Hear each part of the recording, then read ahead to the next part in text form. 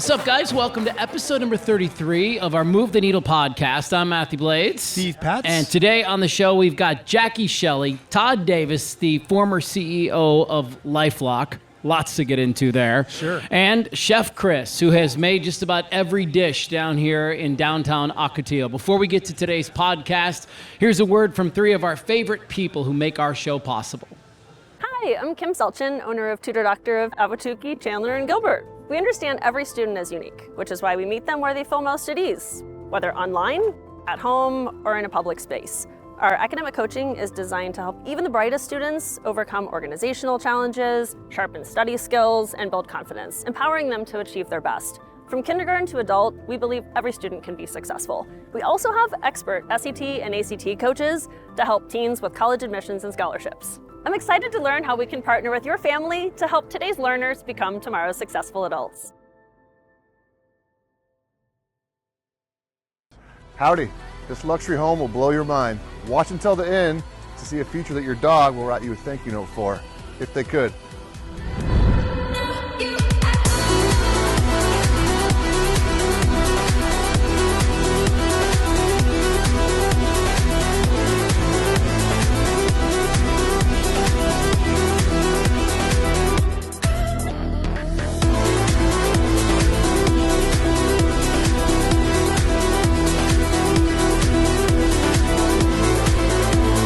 Spoil your pup in style with this custom-made dog wash.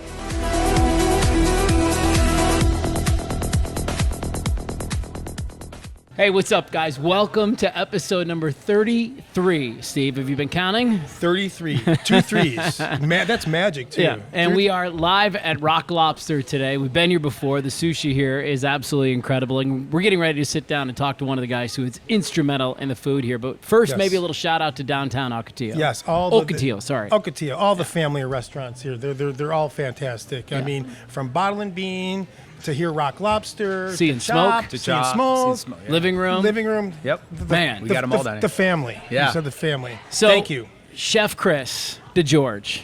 That's Yes, the George, I love it. Yeah, that's the full. I like DeGeorge. Actually, I thought that was love great too. You are what's the title? Is it kind of like I don't know what they call it in your world? My official title, I'm Chief Operating Officer for Kaufman Hospitality, but I'm also the chef. Okay. So I came on board as Director of Culinary about 5 years ago with the Kaufman Group, and I've just been doing it ever since. So I've just been cooking and redoing all the menus at the restaurants and just cooking and having a good time. So This is so good, man. Yeah. Well, and you look at the menus of this place, Sea and Smoke Living Room, they're all just, you want to eat everything on the menu. that's awesome. which I love hearing that. Yeah, I mean, it all looks Now, people, so and good. honestly, people talk about it, and Yeah, they like all the different, the different flavors that you use, and Well, and that's the cool thing about our concepts, right? Because we have like all the umami here. We have the Asian style food here. Then I have Sea and Smoke, which is our high-end fish house. It's kind of like our sister restaurant to Chop, which is our steakhouse where we do all of our dry aging in-house. We have all the premier prime cuts over there. And then we got the living room. You know, so if you want to grab a bottle of wine and a quick sandwich or a charcuterie board, it's all there. kind of cool to have all the concepts. So we're gonna get to all that stuff, but let's take them all the way back first, right? Like, where does it start? he's a back east boy Yeah, originally. well, it has to be, right? Yeah. I'm thinking with all this seafood stuff. I know you love to make seafood's kind of your bread and butter. In fact, we had a quick chat with Tatum, who's one of your chef's assistants. Yeah. And I said, what is he just so good at cooking? She's like, anything seafood. Yeah. So that has to come from childhood. It is growing up in Portsmouth, New Hampshire. Yeah, so right on the boy. coast. Or New Hampshire. As New they Hampshire. as they call- And so I'm going to bring up there is a delicacy you could only get in New Hampshire and Cape Cod, and I miss it. Whole belly fried clams. Oh yes, Is it- okay, yeah. isn't that- You get a basket of whole. You belly get a fried whole crab. belly. You Yeah. can't get them anywhere. You can't get them. You could try to get them, and it's like They put the same. strips. Yep. Okay, whole for belly. people from Minnesota like Yeah. me, what is that? They- All we eat is walleye. You It's explain- the center of the clam, so you don't get the strips. You don't get like that, the tongue and all that stuff, but it's the huge bellies. Yeah, so It's the everywhere else actual, like, you get the clammy, little yeah. strips, you get the clam strips. It's the like- filet mignon. Yeah, you get the, Oh, whole, is it? clam, the yeah. whole thing. It's like they only get it. And you can't get it Yeah. anywhere else. You New get a big Hampshire basket of those, yeah. and Cape Cod. Yep. That's where they get it. So I mean, that's the thing. You grow up on the coast, and you're so privy to all the best seafood. Oh yeah, when I was a kid, I was putting my hand in grabbing lobsters out of the water. Really? You know, for a lobster roll. And back then, it was like Yeah. $2 lobster rolls. Oh, yeah. Hold on, You walk could me go to through like Weathervane. It was like $4 all you can eat or something like that. It was crazy. Walk me through the process. You put your hand in, and you just grab the. Oh, yeah, you just grab the lobsters, Don't they yeah. claw you? Don't they want to like? Oh man, you know, you grow tough skin. You know. Okay, Yeah. all right. What's your favorite type of seafood to eat? Is there a favorite I love, fish? I love shellfish. You do? Right? Because I feel like everybody overcooks it.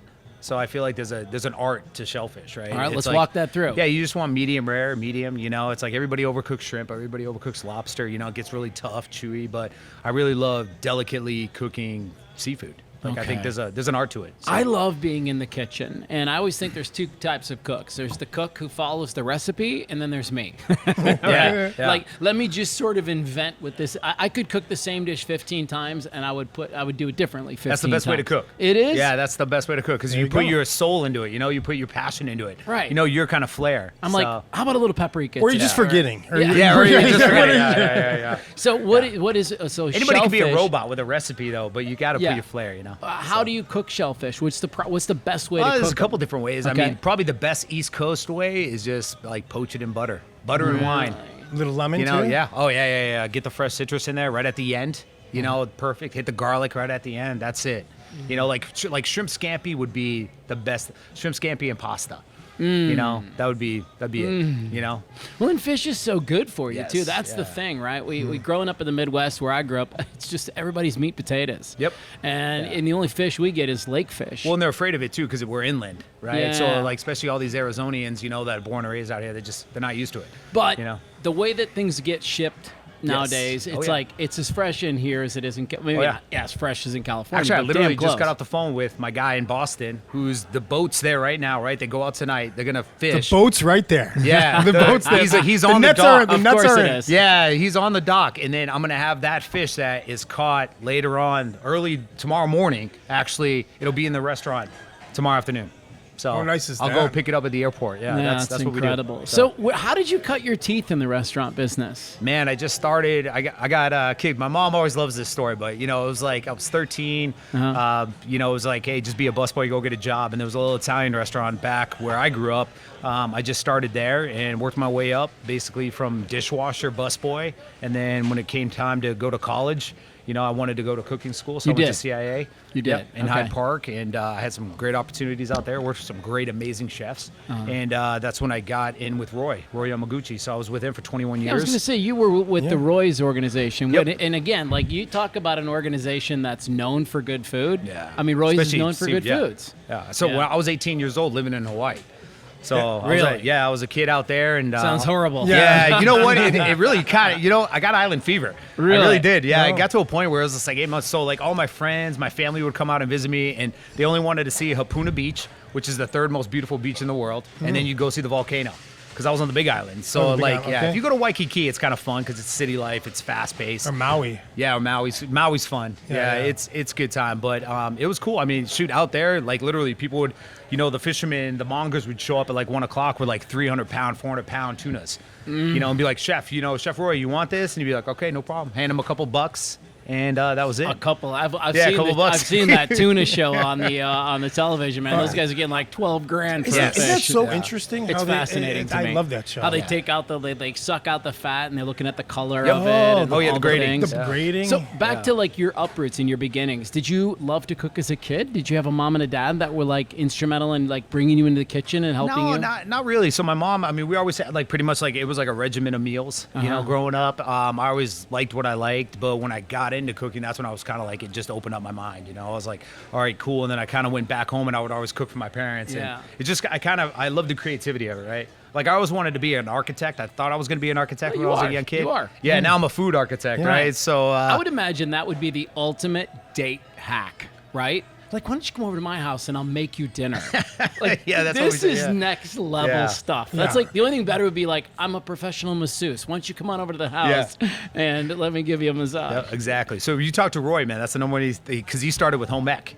back in the day. So if you hang out with him, Brilliant. he tells you that's the only way he wanted to go meet girls. Oh my So God. he'll tell you that. Yeah. So it works. I'm taking notes. I'm just listening here. That's why I got my just- wife, man. Yeah. Shoot, I was like, yeah. I was like, No, hey, I come like on, to I'll cook you. too. I don't mind cooking. That's What do like you like something- to cook? I mean, just traditional stuff. I make a mean beef stew, and I kind of have my own flavors. I've got the Italian kind of influence. My grandmother's an amazing cook.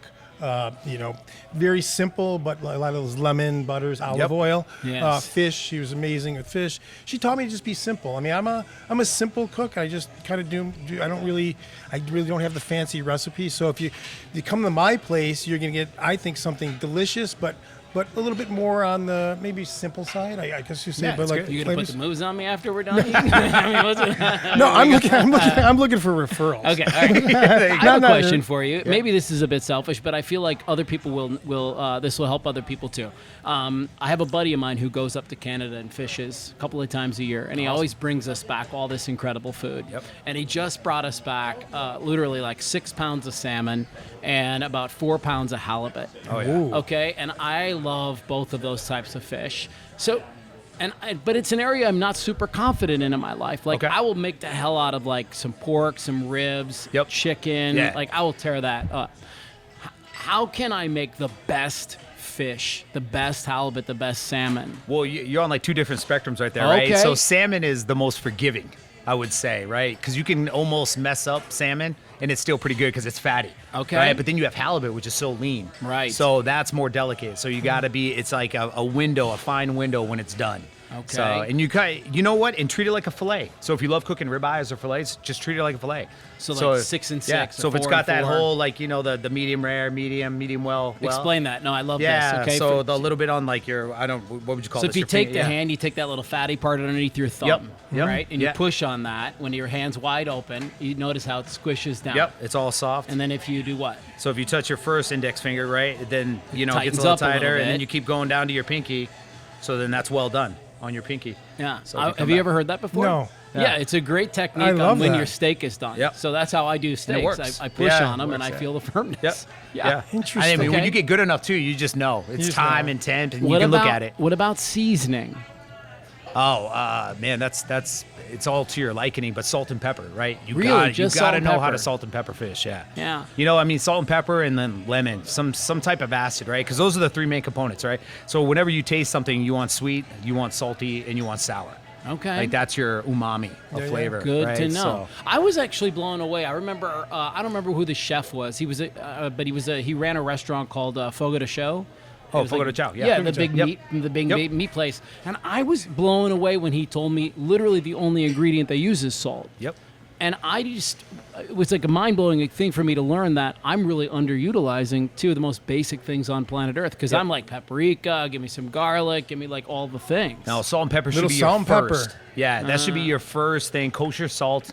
I don't mess with iodized, but you just want a little kosher salt, a little pepper, and then start putting your paprika, whatever else you like, your garlic salt. You cook garlic in pepper. oil, you cook in butter. I like to do a little 50-50. It depends. Like for fish, I would do 50-50, right? So I would always use the oil to extend the butter, right? Because you don't want to use butter too quick because it'll burn. And, Okay. and then you get that nuttiness. But then a good nutty butter, a good toasted butter is even beautiful too. Yeah, So you get that okay. nice crust, that nice doré, that golden brown on the fish. I mean, I can't wait to go home and cook now. So chef, you seemed like you mastered kind of the East Coast and the West Coast. Have you Yeah. created a dish, one dish, or is that a thought, an ultimate dish of blending them both? You know what? We do a lot of fusion, I think, in the restaurants. I really kind of do, because I focus on seasonality. I focus on local ingredients first, and then I'll just kind of take the technique that I know. So, that's a really good question, though. But, I'll just kind of blend it all and What would you say if you had to do it? Let's say, think of an East Coast, West. Think of that East Coast Well, influence, I think West first Coast. up, like what Boom. makes East Coast, what makes West Well, Coast? he's talking about like the kind of the fish, the simple. Yeah. Well, living in California, I would say it's a lot lighter, more citrus, more Citrus, yeah. Yeah, Okay. more freshness, like ingredient forward. I think, if I thought of back east food, I would think of more comfort. Yeah. More heartier dishes, lobster pot pies, things like that, like good beef stews, Wellingtons. pot roast So for now, sure. now you got to put them together. A Yes. little light Yeah, you and kinda mix- something light. I and bet there's hearty. something on the menu here, like that's sea and what I smoke, bet you that do. probably is a big fusion. Oh yeah, we do quite a bit. I mean, I do Chilean sea bass. I do like There a you nice. go. My God, that's one of my favorites. Yeah, we do a misuyaki kir too. So I no name drop in there, but I did that for like 20 years of my life. Wow. So yeah, it takes 3 days to make, but it's gorgeous. The fish is amazing. So What is the best fish to eat? And I know that's subjective, right? Yeah, But health wise or just well, pure I know flavor wise? salmon is so good for Yeah. people with all the omega 3s and all yeah. that stuff in there. But like, what's your favorite? One is Like, fatty just go too. I love personal. salmon You too. do. So I love a good king salmon. Something obviously not farm raised, wild caught. Not farm. Yeah, no, I mean it's farm raised salmon out there. It's like 90% of the fish that you're gonna buy now. I've been to the pens personally, like up especially in Canada. I've walked out in Gold River and things like that too, and saw how they do this. But if you can get wild caught halibut, salmon, that's the best for you. I know. Doesn't it make you so hungry? Oh, and I love this. But Yeah. I love the whitefish. Salmon Yeah. whitefish. I like Oh, talk yeah. about the cod and halibut. Oh, and- cod's really good for you. Oh, So man. Dude, I had a cousin that used to make halibut cheeks. And yeah, that's he good, would yeah. make them in this butter and Yep. garlic. And delicacy I mean, right there. Yeah, you can't. I mean, you don't get. Hey, every pounds fish and only pounds has two of them. but- That's it. That's I know. it. Yeah. Have you ever had them? No. Oh my God, they're so chewy and they're so tasty. They're just, if you can get somebody who knows how to cook them, they're unbelievable. Yeah. Shoot, I gotta get some for you, man. Shoot, now you're making me think about my next menu here. Yeah, Yeah. it Oh my is. God. Speak about your next menu. I read it, and I know it seems like you guys are going into. I want to talk about bruschettas. I mean, it's kind of like is it like a newer? Oh, at our living rooms. Yes, your living rooms, So yeah. we're just kind of revamping them. I mean, it's definitely not a newer thing. Not a you newer know? thing, yeah, but I think at wine revamping. bars, it's a great comfort food, and we're kind of trying to put a spin on it. So that's obviously, what I wanna hear about You know, that. we just opened up Elvira's, so up north. So we partnered with Ruben Monroy from Tubac. So I kind of started doing like these Mexican. We have this Mexican street corn that we serve up there that just it kills it. It's like everybody's getting it at every table. So I kind of inspired me to do some new bruschettas. So I started doing some different kind Okay. of fusion at the living room. So it's Okay. been kind of cool, you know, because I mean it's standard. Like, what do you get on bruschetta? Like a caprese, right? You know, so now we're kind of doing a street corn, Mexican-style street corn bruschetta. So. Okay, God, I mean, that's all what I'm saying. of this I was stuff, interested so- in that. I'd like Yeah. to Do you try like some. bruschetta? I do. I love Yeah. it. Yeah. Yeah, it's good. It's like healthy. It's kind of like finger foody, so Yeah. you know you don't kind of overindulge Toppings on it. bread. Yeah, it's toppings on bread, right, and yeah, usually yeah. good Simple. and usually good toppings on bread. Yes, Nice. very Anything good, else? yeah. Because I got a great closing question for our chef today. Okay, I just got one of my bonus Go questions for it, the man. chef. Okay. If you could challenge any celebrity, dead or alive, to head-to-head cook-off, who would it be, and what dish would you pick to battle him or her with? Man, that is a great question. Shoot, man. I would go for the very top. I would go for like a Gordon Ramsay or Okay. Nobu.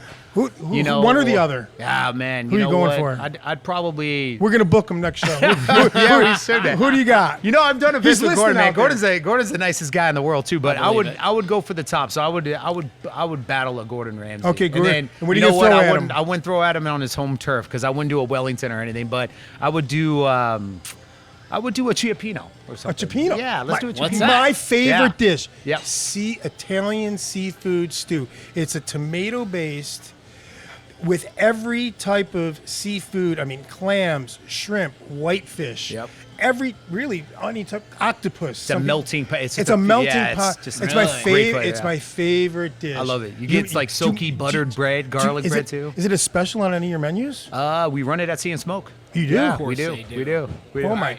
Let's bring this home. Thank you for that. This, Yeah. this is your personal opinion, okay? Okay. Give me the perfect meal from appetizer to main course to dessert. Oh, okay. What is all right? what, My personal. what's so like, winning what my- you over, chef? My go-to meal, I would say, was definitely probably lobster pot stickers Okay. with Oh my Togarashi. God, that sounds so good. Yeah, with Togarashi miso butter sauce. I would say start with that, and then Yes. you know what? To be honest with you, I love the ribs too. I'd probably do both of those as an appetizer, and then for me, I love beef short rib. So beef short rib. Okay. So I love Yeah, a short rib's braised, so good. perfect braised short rib, and then like almost surf and turf. So I used to always eat it with a black cod, and we would call it like the surf and surf combo. So the surf and turf or whatever. But it's really good. And then dessert, probably key lime pie or something. Okay. You know, All right. a nice tart. Such a good conversation I love today. this, I yeah. know, because I love food. Who doesn't love food? Yeah, that's true, But you man. know what I really love is healthy food. And I'm sure you're noticing that trend in the restaurants too. It's like, yes, people want to come and eat, but they don't want to feel heavy. They don't want to be weighed down. They don't want to have gas for the next 3 days. Like, they just want to eat a good meal. But that, again, enter seafood. It's kind of lighter typically, paired with a rice and a vegetable. It's like so good. Home run. So good. Is, yeah. All right. Last question for you is, what's the one thing on the menu, and you can pick any one of the restaurants you want, what's the one thing on the menu you think people should come in and try? Ooh. I would say come in and try. Shoot. Man, that's a good question. Any one of our restaurants? Sure. Oh, man. Well, he already said, come to See and Smoke and get his cipino. Yeah, his I favorite would say, dish. yeah. All right. No, you know what? The Alfredo. Come in and get the. You got this, seafood. guys. Get the seafood Alfredo. That I don't do cream. Oh, okay. So that's right. your dish. Well, we Okay. can do it. We You can can- do it without cream. So it'd be like Really? a scampi. Oh, a scampi. Yeah, we can that do I'll that. do. Can you do I butter? love it. I could do butter. There you go. Yeah, Done. a little butter. Who's hungry? Seafood So, scampi. so here's the shout out to Yeah. Gordon Ramsay. We've got Chef Chris, Chris ready George to over here. take you He's on. going to take you on with this cipino. do it. So come on out to Arizona. We're going to do it right here. Awesome. All right, here's what we're going to do. We're going to take a quick break. Thank you very much for joining us today. When we come back, we're going to talk to the guy who came up with the entire LifeLock concept and see what he's up to. Todd Davis joins us next. At Brooklyn V's, we bring the taste of Brooklyn right here to Arizona. Our family's been serving up real Italian food for generations, and every dish is made with love, just like Nonna used to make.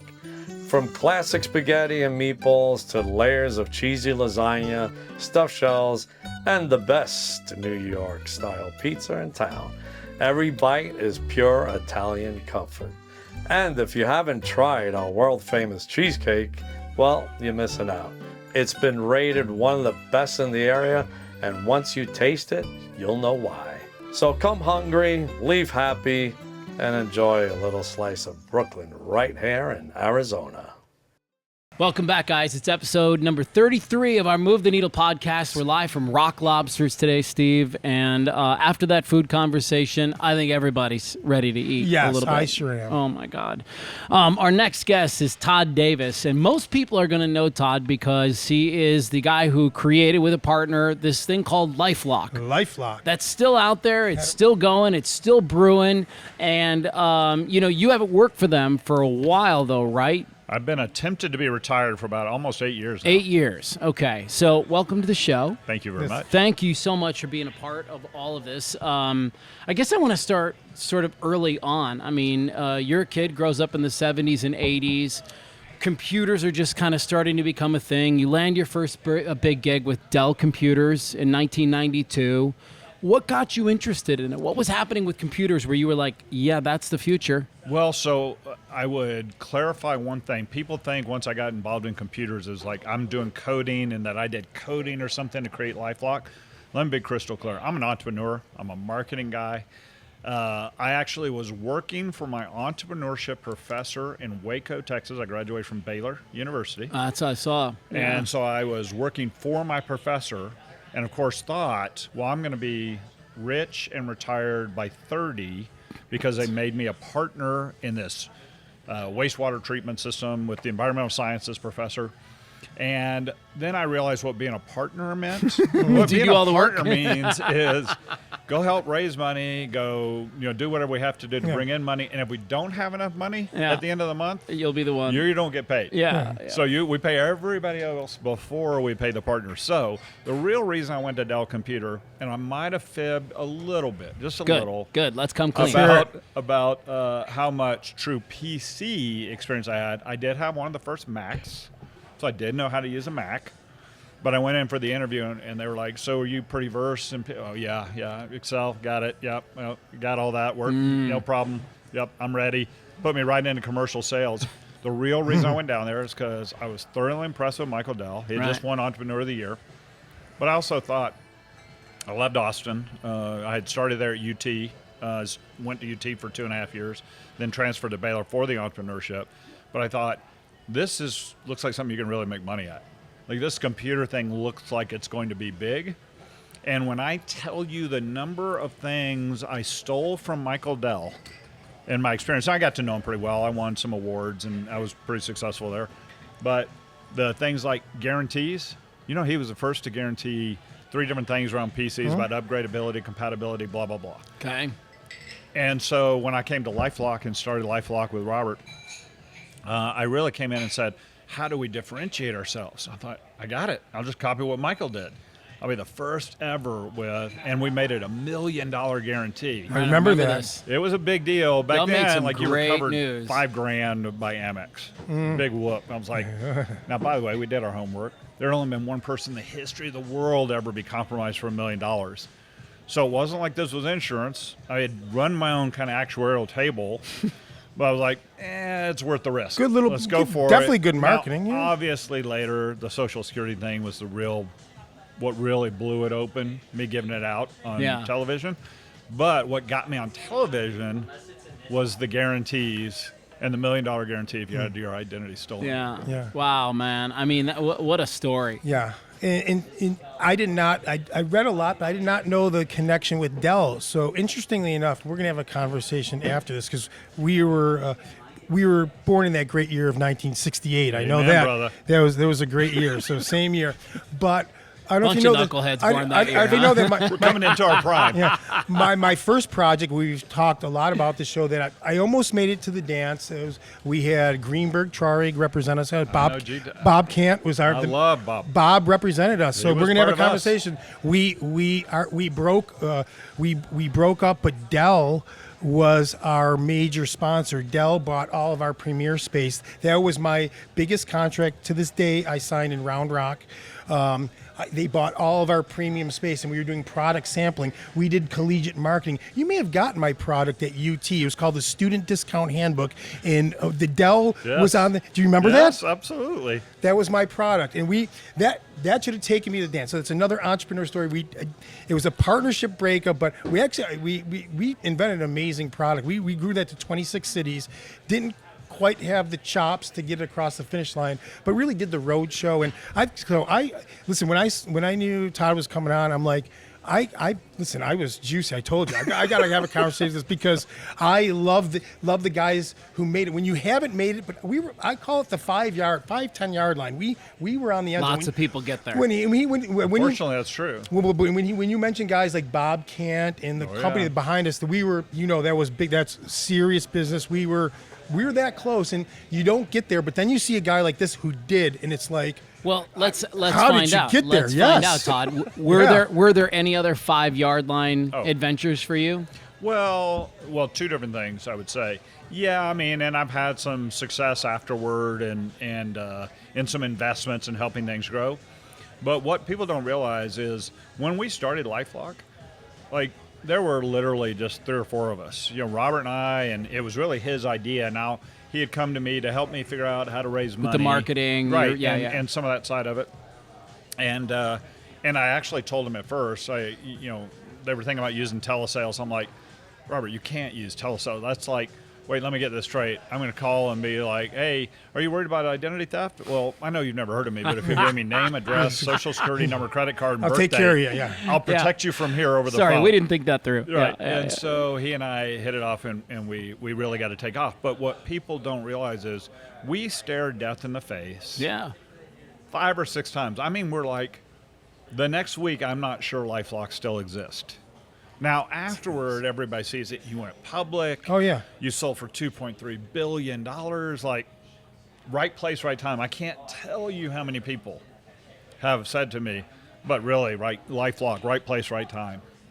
And I just nod. You were ahead of the curve for sure. Yeah, but we talked about this You with still almost died. Mike State 48 has the same Yes. story and still living that same story. Yes. All entrepreneurs, everybody sees the glitz when you've made it. They do not see the back room. Dude, they don't see the mess. You have no idea how many times, and I'm not joking with this, when I literally thought I may have to tell the company next week we're no longer a going concern. Wow, man. Now, we survived it, and we had good people, and amazing. we weathered it. But like anyone who's thinking about entrepreneurship, and you've been there, Yes. there's a couple things I try to give advice to. Hang on, let me fellow write this down. entrepreneurs. Yeah, Will you this write is- this down? yeah. Pretty straightforward, Uh-huh. pretty easy. So number 1, please don't be fooled by people who tell you, I love going to work every day. If you find something you love, it'll never be work. you'll never work a day of your life. That's ridiculous. BS. Right. That is so not true. Please don't believe it. And the reason I say that isn't to discourage anybody.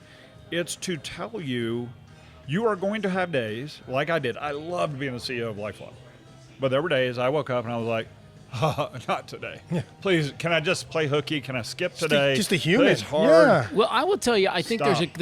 and this is a common through line. So I was in the entertainment industry for 28 years, right? And what I always tell people was, okay, yes, it's important to love your work, but if you're going to sustain it, if you're going to do it for a long period of time, eventually there's going to come a day where it turns into work. Yeah. And it comes in. And so the professionals, the ones who make it, the ones who are really good at it, what they're the best at is manufacturing the excitement. They know how to rev themselves up on the days where they just don't want to be there. Yes. They set a standard for themselves that says, I won't do anything less than this. I can't accept anything less than this. Now, some of us drive ourselves absolutely insane getting there, but I really love that advice because I'll merge two of our previous conversations. The other thing I stole from Michael Dell is he called it CAM meetings on Friday, customer advocate meetings. Okay. Anyone in the company was invited.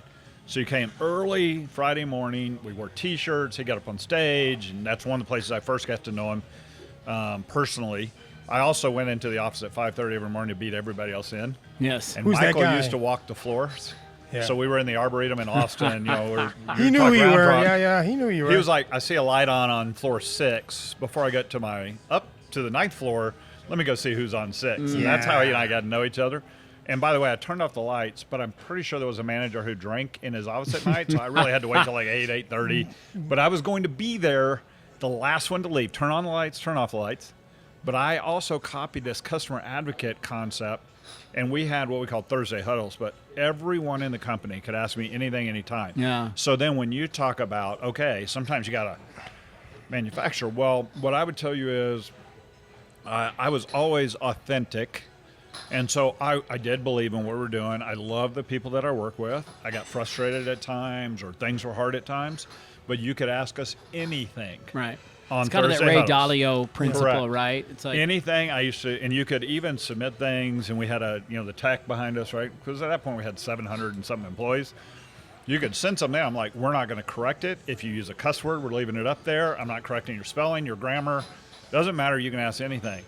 Now, there were times I would be like, well, I'm not sure the whole company needs to know that the San Francisco office's fridge on the 3rd floor is out, but facilities. Can somebody just nod at me and tell me you understand? Let's not spend everybody's time on this. Yeah. But then there were times it was really great stuff, and that's where you showed we are going to step up. We are going to go deliver. This is the next milestone. I didn't have to be like when we fought with the FTC 2 different times. I didn't have to rally the troops and be like, okay, let me explain what's really happening and let me tell you how you should think about it. They were so offended that someone would say, we're not taking care of our people when they can cancel any time. I didn't have to say a word. I just showed them, like, here's what we're going through. I'll deal with it. It's on me. My fault we got into this. I own the mistakes. You guys are the reason we're successful. Well, once you do that, man, they were like, we will go through the wall. Yeah. They were the most incredible employees ever. Yeah, I love the story, but I'm gonna spin it back a little bit Sure. for the audience. The number one thing I think you said, what you did that anybody can do to impress, if you love the organization, you want to work there, you want to climb the ladder. Did you hear what he said about being the first in and the last out? Every football coach, you watch the NFL guys, they talk about their favorite players on the team. He's here before anybody. He leaves last. That guy's usually the all-pro. The usually guy gets the bonus. The guy gets it's the old extension. Kobe Bryant thing, right? I mean, Up at yeah. 4:30. Right. I mean, come on. I mean, it's so Before I think anybody. that to me that's I'll like joke. Black Mamba really did stay and shoot, and there were some of the nights I was waiting for that manager who I think was drinking in his office. I was making a grocery list. I'll be Sure. totally transparent, But you're there. but I am there. And let me be clear, I did everything that I knew I could do to be successful. The other thing I'll admit to everybody as a sharing tool, and by the way, I have 21-year-old boys now, so I try to explain this to them too. The other thing was, I wouldn't really hang out with my peers. So the challenge was, one, I was younger than most all of them. And so some of them had families and those kind of things, but some were like, hey, let's go out and get a drink. Well, I didn't drink till I was 31. And the only reason I didn't drink, I drink now. I'm drinking sake right this second. Right. But I didn't drink then only because they did. And I'm like, I will stand out. I will not succumb. And when they were like, get comfortable, or, you know, like I saw these people, I want to hang with this group. I'm comfortable in this area. I was like, I will not allow myself to get comfortable Discipline. here. Yeah, and it's, you know, now like my wife reads Atomic Habits and some of these. I guess I was doing that then. Yes. But what the discipline was that I had a goal or a mission.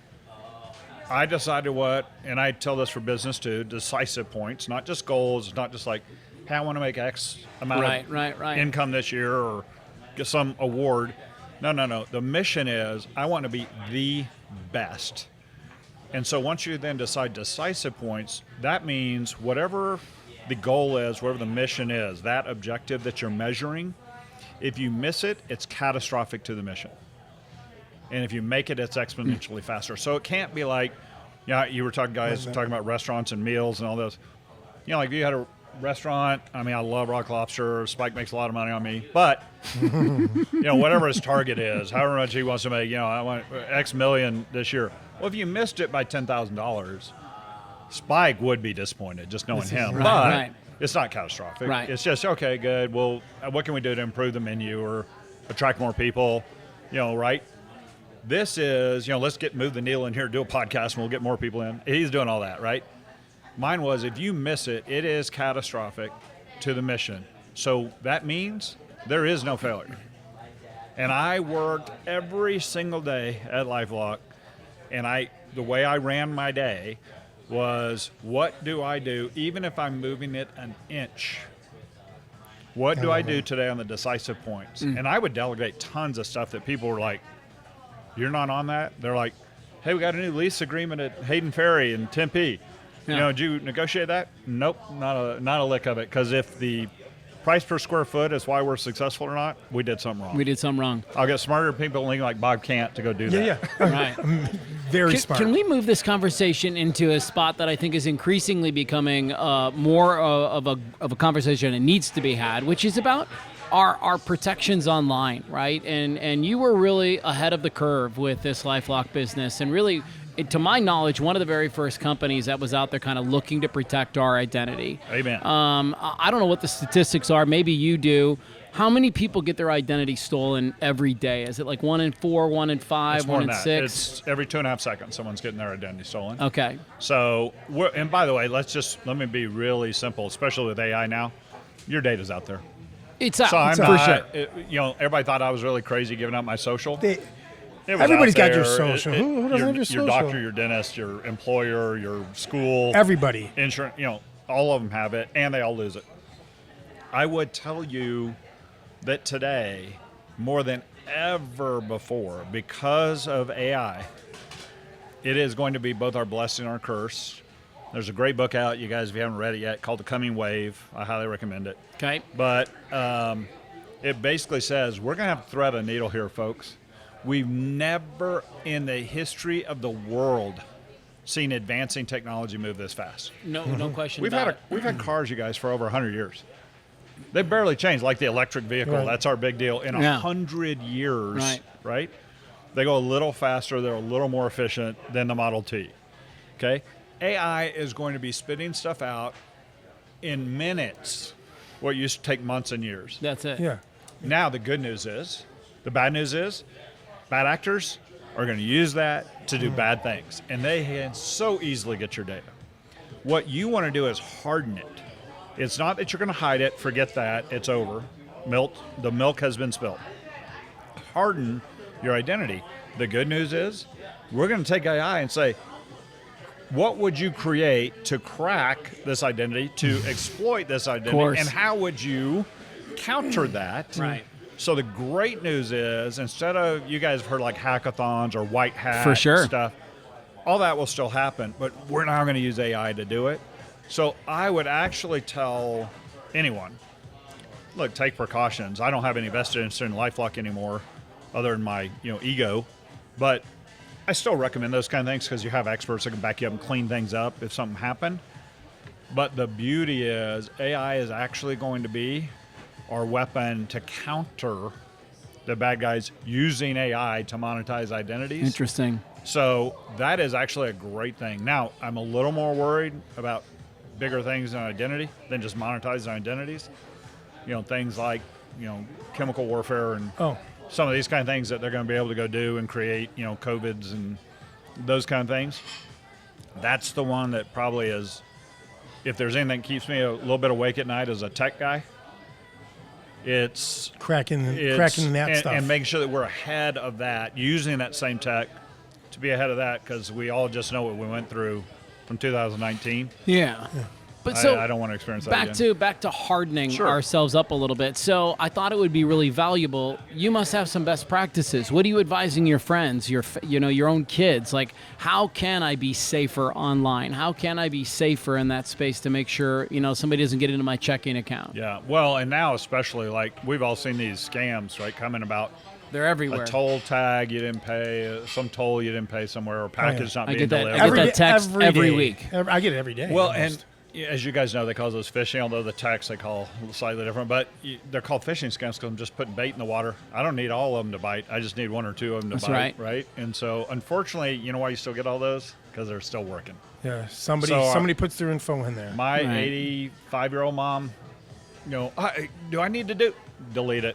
Just hit no. Yeah, right? my mom used to do that too. So I will be really honest. One of the first things to do from a hardening standpoint, anyone that says you owe me money or you're going to be in trouble or we're turning this over to officials, IRS, police, jury duty, there's a billion of them.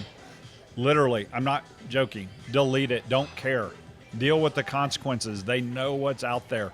If you really owe something, I assure you they will get a hold of you in person. You'll get a letter, letter, will not be a an phone email call, or a text. maybe a knock on the door. Right. They'll find it you. will not be an email or text that says we're going to drop the hammer on you if you don't respond within 24 hours. So anything that says you must respond immediately, delete it. Don't worry about it. Right? By the way, I'm going to say one other thing because this is near and dear to me for young people. And unfortunately, boys and girls, especially younger, man, they are really getting victimized by the sexting and the, I have a picture of you, I'm going to deliver it to all your friends. And there would probably be a law enforcement or two that doesn't like me saying this, but I am telling you, disregard every single one of these. Do not respond. Do not respond back to them. Do not give them anything that you are at all concerned about their email, their threat. They're going to have lots of detail about you. You say, Matthew, I know this, I know your address, I got all this, and if you do not send me Bitcoin or whatever, right, I am going to expose this to the world. Do not worry about it. Hit delete. I'm just curious, and I would just do this as a reinforcing. Have any of you got any really derogatory pictures or whatever, your friends or family members from some third party who decided to expose them? So I've not got the derogatory pictures or anything, but I've gotten everythting else you're talking about. Well, you've gotten the threats. Yeah. But what I'm saying is, has anyone ever seen anything posted that said, ho, ho, he didn't pay, so here you go, everybody. Here's his very obscene pictures from whatever he might have been doing privately in his room with his laptop, right? They don't do it. Please don't fall victim to this because it is scarring. There are kids that are becoming suicidal over this stuff. There are kids who are in very bad shape, and I care dramatically about their mental health. So please do not respond to that. Somebody told me that the moment you engage, it starts the sequence. It does. Mm-hmm. And they know exactly how to peel it because Right. what you told them was, I am concerned enough to pay attention. And that's all they need to know. Goes to another box. Correct. Yeah, I got a text the other day. It said, hey, Matthew, what's the first thing you did today? I was like, what? Delete, report junk. Not interested. Right. Oh, yeah. Anybody I know that would ask me that question, I would have their number in my contact. Even the text you get that's, how you doing? Yeah. Or where are you? Where are you now? Right. If you do not know that number, if that is not your friend, Do not delete. answer. Yeah. Don't even Delete. say you might have the No. wrong number. Nothing. Listen, as a Nothing. single guy, I get asked out multiple times per week by one of those. Hey, what are you doing for dinner? I learned the hard way. For like a week, I was corresponding. I'm like, I'm talking to a bot. Yeah. I hear you're very hot with all the bots. Yeah, I'm The hot bots with the are- bots. You are. I mean, you are a she big was, item. I with was the waking bots, up in the dude. morning, the flattery in the morning. Hey, I was man, getting. she's a hot I was bot. getting- She's a yeah, hot she's a hot bot. And You gotta always cut awake, that out. And always awake. Always, Always, she's ready. when Always you are. pampering me with So- those words. What is Todd Davis, the former, CEO of LifeLock? What are you up to these days, man? You just being a dad, or are you like Well, invested in some other projects? A father and a husband and a servant of God are my top priorities these days. So those are my decisive points 'Kay. nowadays. And 'Kay. it's not work stuff. Money's money. Money's awesome. Don't let anybody fool you on that either. It makes a lot of bad things easier. Right. But it's not the cure-all. Everybody wants some of my money, so that's what goes with that territory. So when you reprioritize, luckily for me, I didn't fully define myself as CEO of LifeLock. I mean, I enjoyed it. I got some incredible. We could do a whole podcast on the crazy stuff I got to do with former President Trump, or then, but pre-President Trump, when I was on Celebrity Apprentice twice, and we got big arguments, and I got all kinds of crazy stories about being the CEO of LifeLock, but I never defined myself as the CEO of LifeLock. So I was able to walk away when we were still wildly successful, put it in much more capable hands than me anyway, and then go off to try to be a father. Now, I will admit I'm not great at retirement. The first 7 years, I was way too active, but I do stuff now like Civic. I'm on Barrow Neurological The board. Institute, the board for Yeah. that. I just recently stepped down from Teach for America, but what an incredible That's organization. such a great they are. organization. Charter School Systems, I was on Great Hearts, Arizona. They're also in Texas and other states, but I really care about education. I really care about mental health. And then I really just invest. Okay, you ready for the secret? 90% of the investment thesis is who's the leader. I don't care what the product is. I don't care what the sector is. They all say AI now anyway, so I don't have to say AI because they all have it in their plan. But I invest 90% in people Yeah. that I know when the crisis comes, because there will be a crisis. Right. I don't care who you are. Do I want to see that phone ring with their name on the top? Or am I going to go like, oh, no. right. So nowadays with retirement, it's family, it's church, it's Bible study, it's charitable organizations, civic related stuff, and a few private. I don't sit on any public boards. That's too hard these days with all the political and social and all the nonsense that's out there Right. and litigation. You don't need the noise. You don't need the noise. You're at a I stage made it in your past life. that. Right. I earned my way out of that. Absolutely. You bringing them home with a I home run want to question? bring something on. So it's for our audience. I got a question. So every entrepreneur dreams of creating something groundbreaking. Yes. But few actually pull it off. What's the single most underrated skill or mindset that separates those who build billion-dollar companies and those who don't? All right, so I'm really actually going to give 2 answers, and they're both somewhat serious, but the first one's funny, but it is real. Blissful ignorance. So I didn't know what I didn't know. Not So know how what many days I was going to face death, and LifeLock being You weren't even dying, worried about it, and you're my right. partner Robert having some issues. I didn't know I was going to face all that. So luckily I was so ignorant, I just kept fighting every day. But it is fortitude. The biggest quality is it's not just like when the tough times are there. It is having the discipline to go define your decisive points. It is, I'll give you another one I give to all early stage entrepreneurs. There is someone right now in your organization you should fire. That's I it. can say that to anyone, any crowd, anytime with any more than 3 employees, and sometimes those employees might be your family, and I can still say, there's someone in your organization you should fire. You should do it today. Because Amen. the whole Love that organization's advice. waiting for you to do it, right? That fortitude to have the willingness. So just so you guys know, like I fired my then wife, who probably why she became an ex-wife. We're all good friends now. It all worked out fine, but right, I fired my cousin. I fired my nanny's mom. They would come on because in the early stage, if you didn't know Robert right, that's how you came aboard. We were just friends.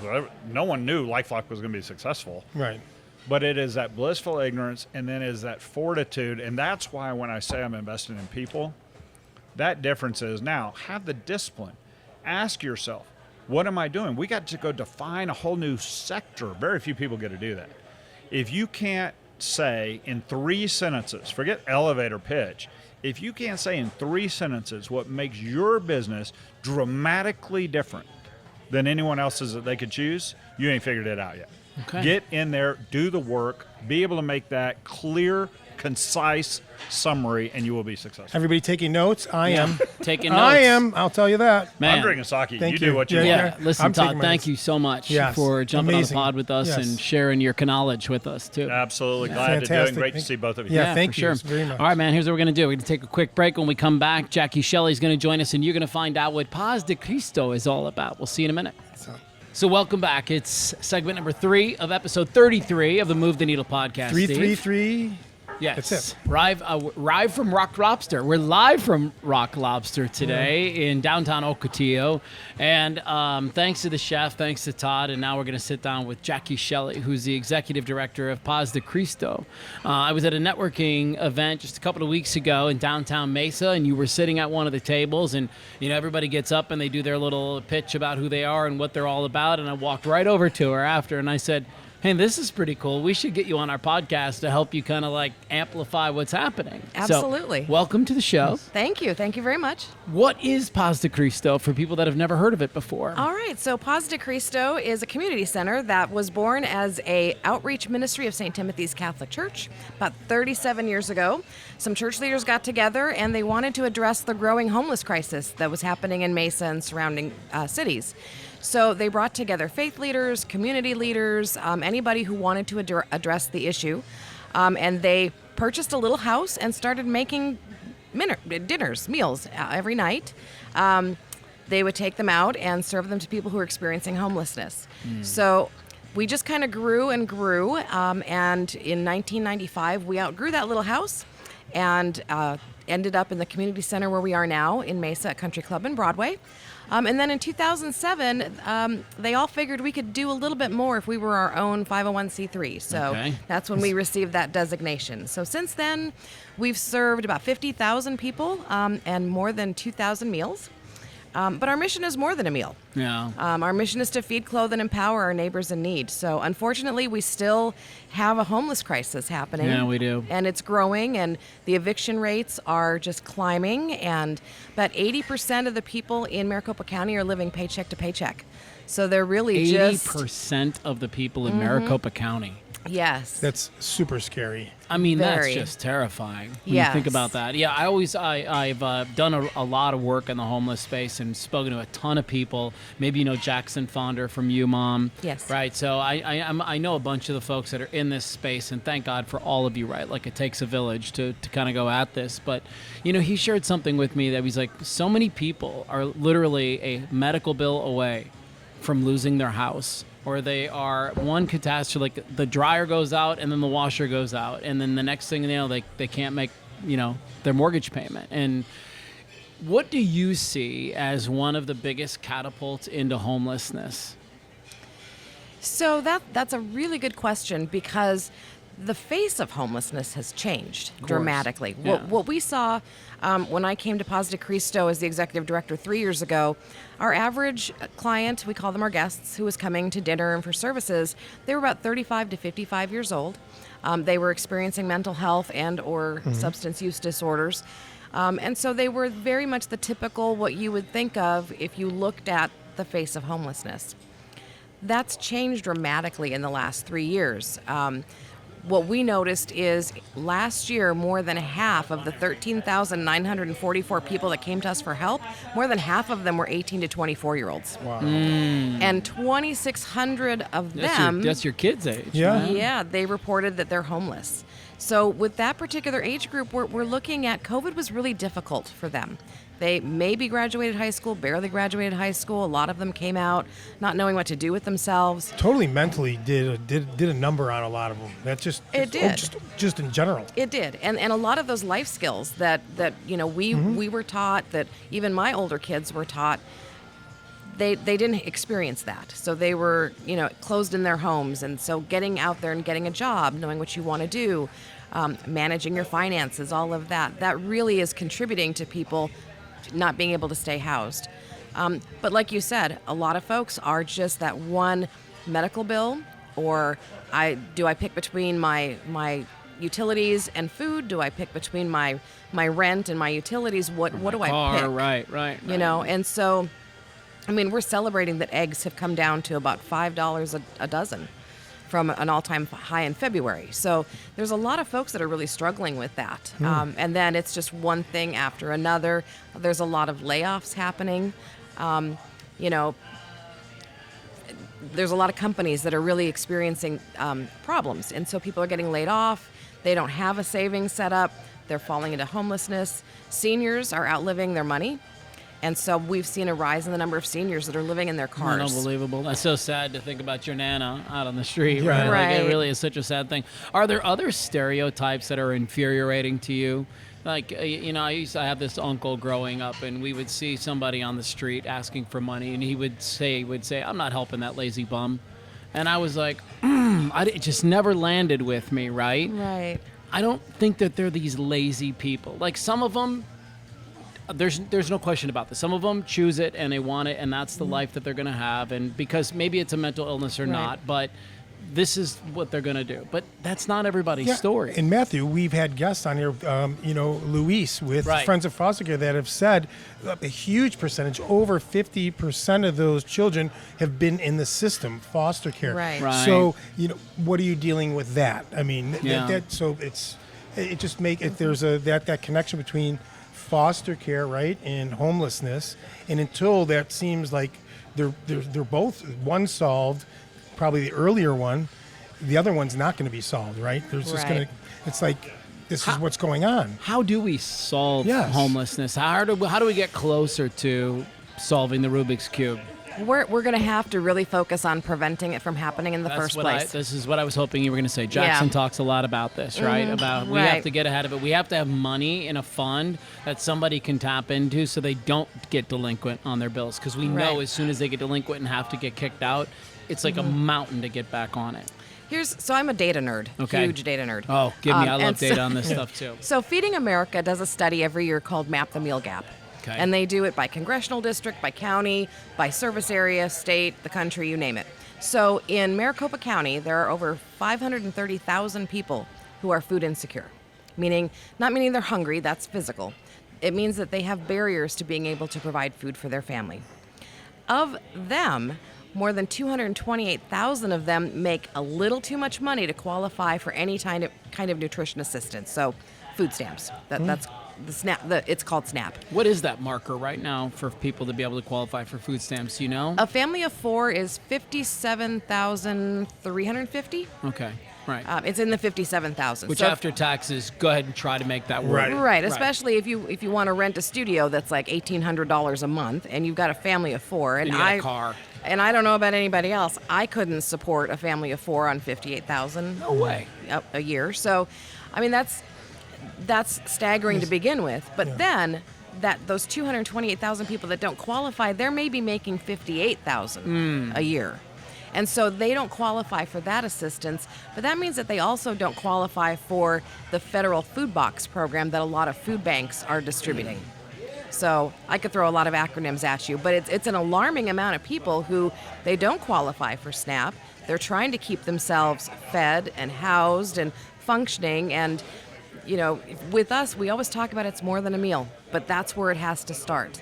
We have to help people. We can do that. We make dinner every night of the year from scratch and in our kitchen, and we've got about 200 to 250 people coming every night. We're serving between 300 and 380 meals. Yeah, how does that happen? How do you find, these must be amazing chefs you guys have work with.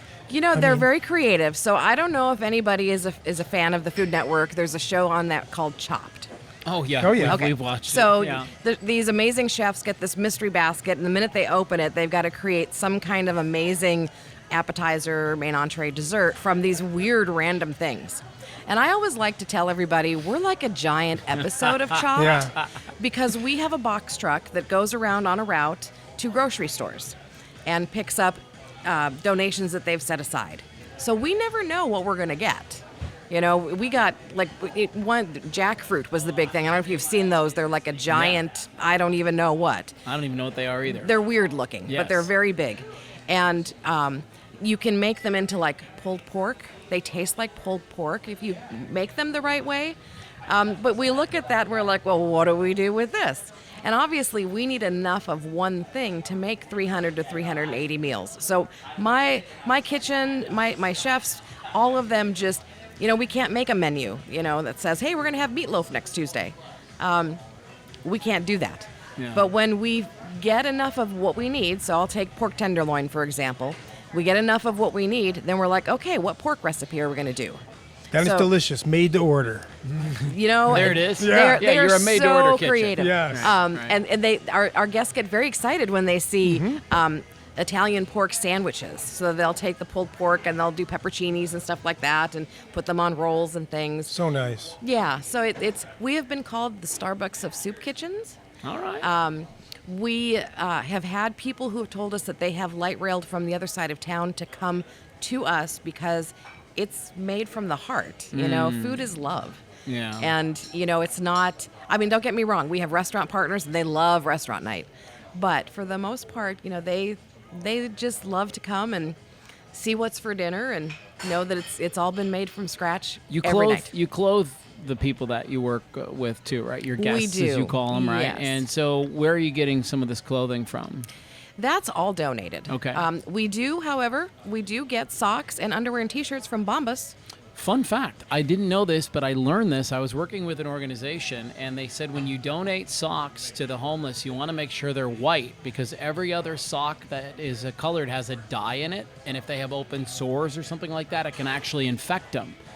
White socks are what you're supposed to donate. Had you ever heard that before? I have heard that. Yeah. Yes. Is it? I mean, I'm assuming it's true. The organization I worked with seemed to be very fierce about it. So. Yeah, I haven't looked too much into that, but you're right. I mean, when we see the feet of our guests, it's very heartbreaking. Plus, white socks look better. Yeah. Do they? Yeah, they, Okay. They go with anything. Crisp, clean look, right? Yes. Yeah, they go with anything. Yeah. And new ones, you know, like Yeah. so Yeah, new we ones. we are kind of embarking on this. We need to get more new clothing into our. We love our donors.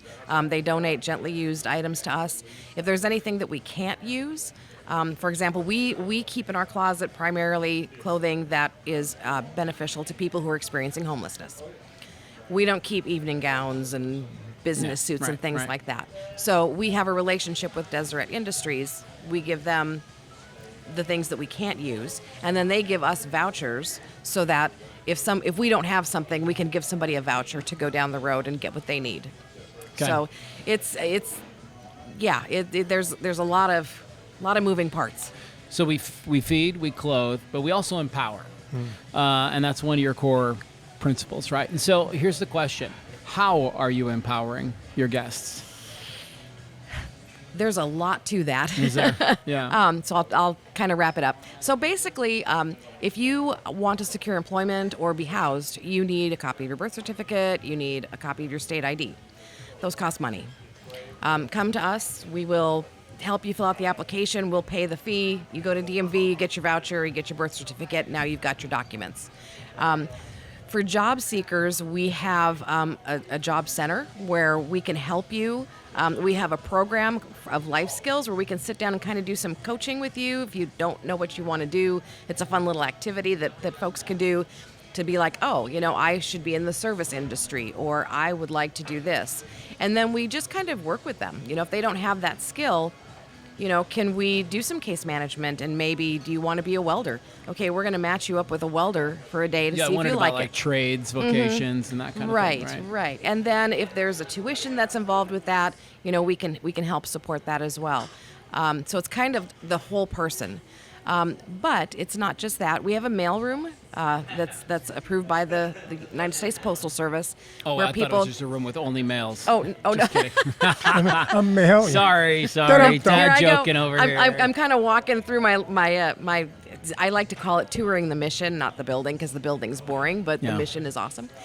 So there's where people can receive mail, so they can stay connected with their loved ones, with their benefits, with things like that.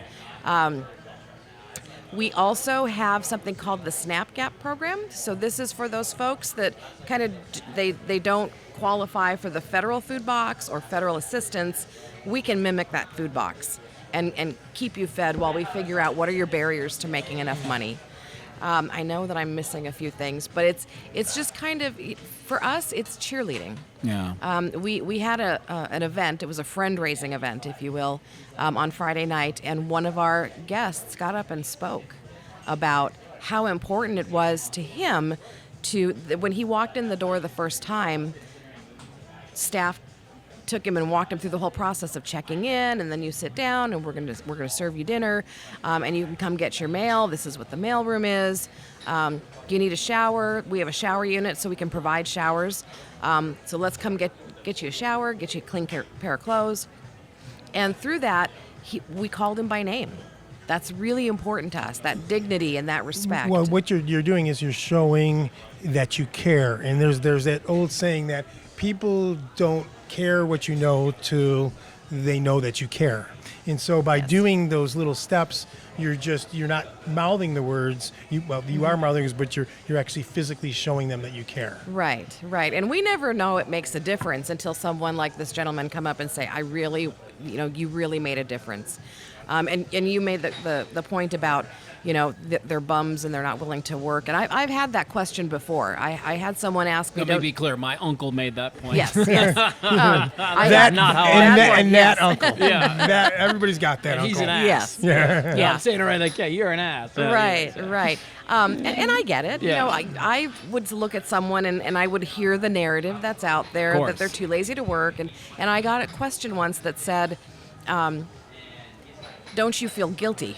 And I said, why do I feel guilty? And they said, because you're just enabling them to not get a job. And enabling them. Yes, and to you're supporting them being lazy.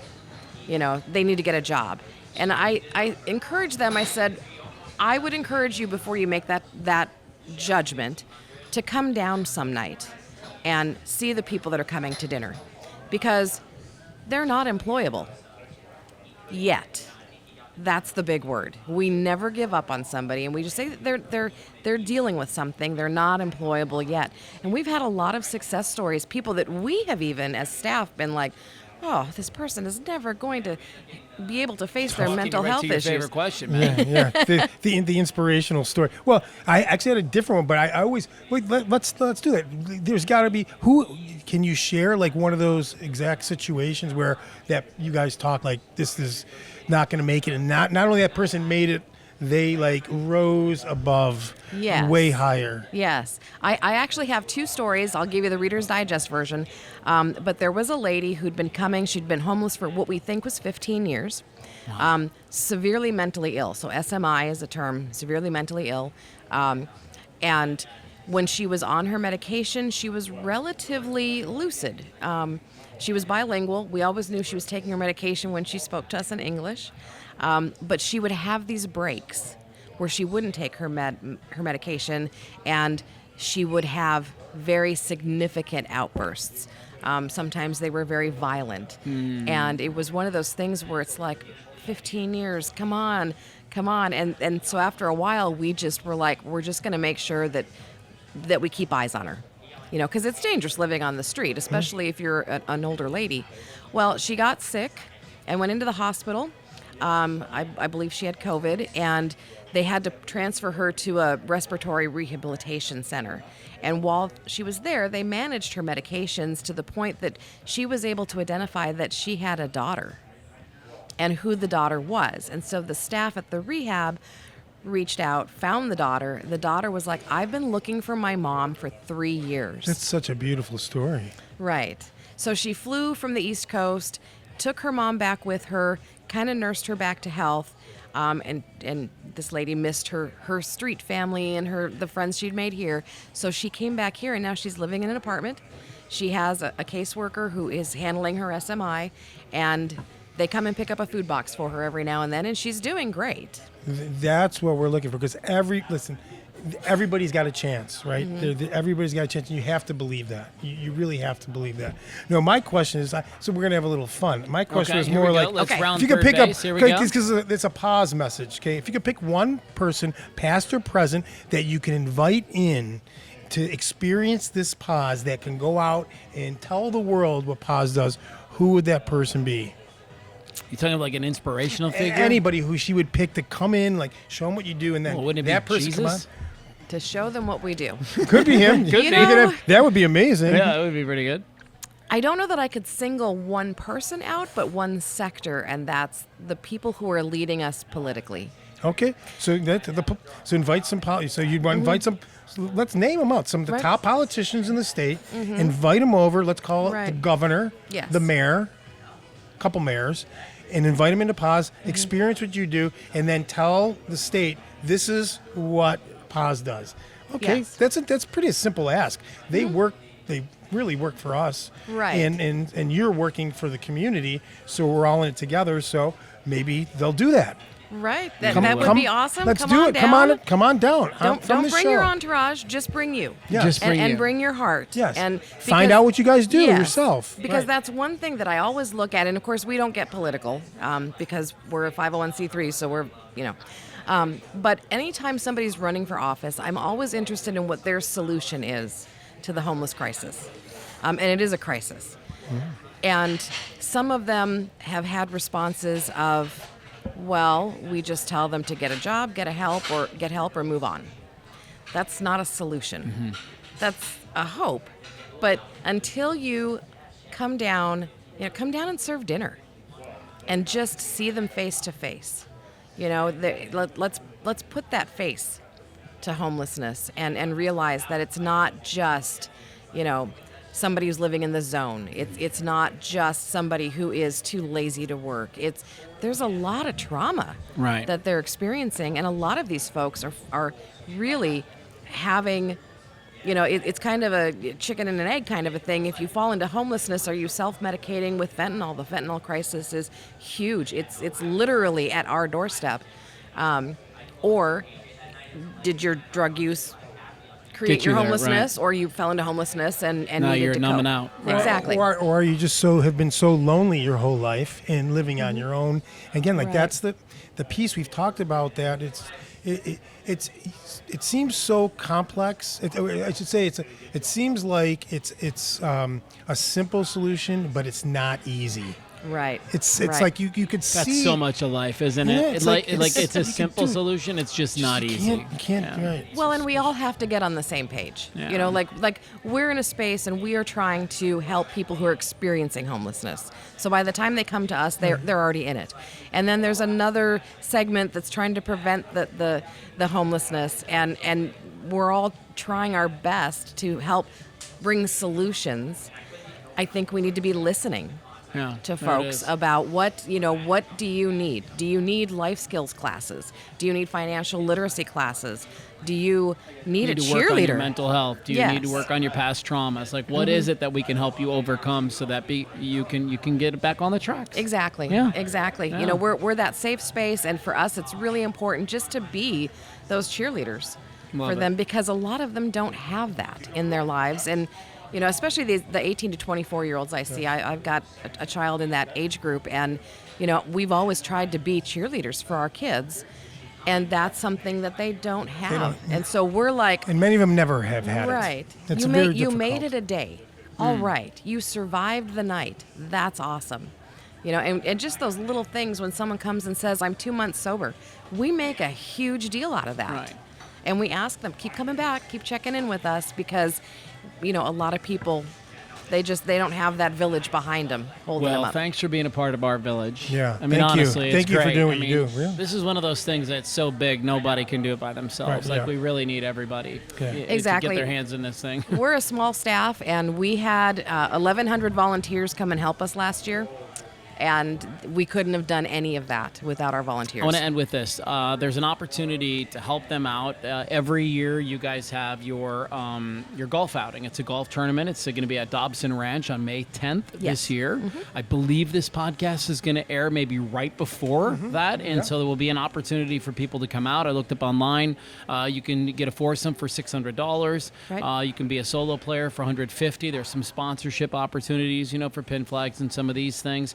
How can people find you? What's the portal of entry for your website? The website, pazdecristo.org, so PAZDECRISTO, pazdecristo.org. Love it. Or follow us on Facebook or Instagram. And what does Paz de Cristo mean? Can you translate it for the It crowd? means peace of Christ in Spanish. There it is. Did you know that? I did know Yeah, that. good for you. Thank you very much. Thank you. Thank you for having me. Appreciate Appreciate it very being much. on the Great show. job.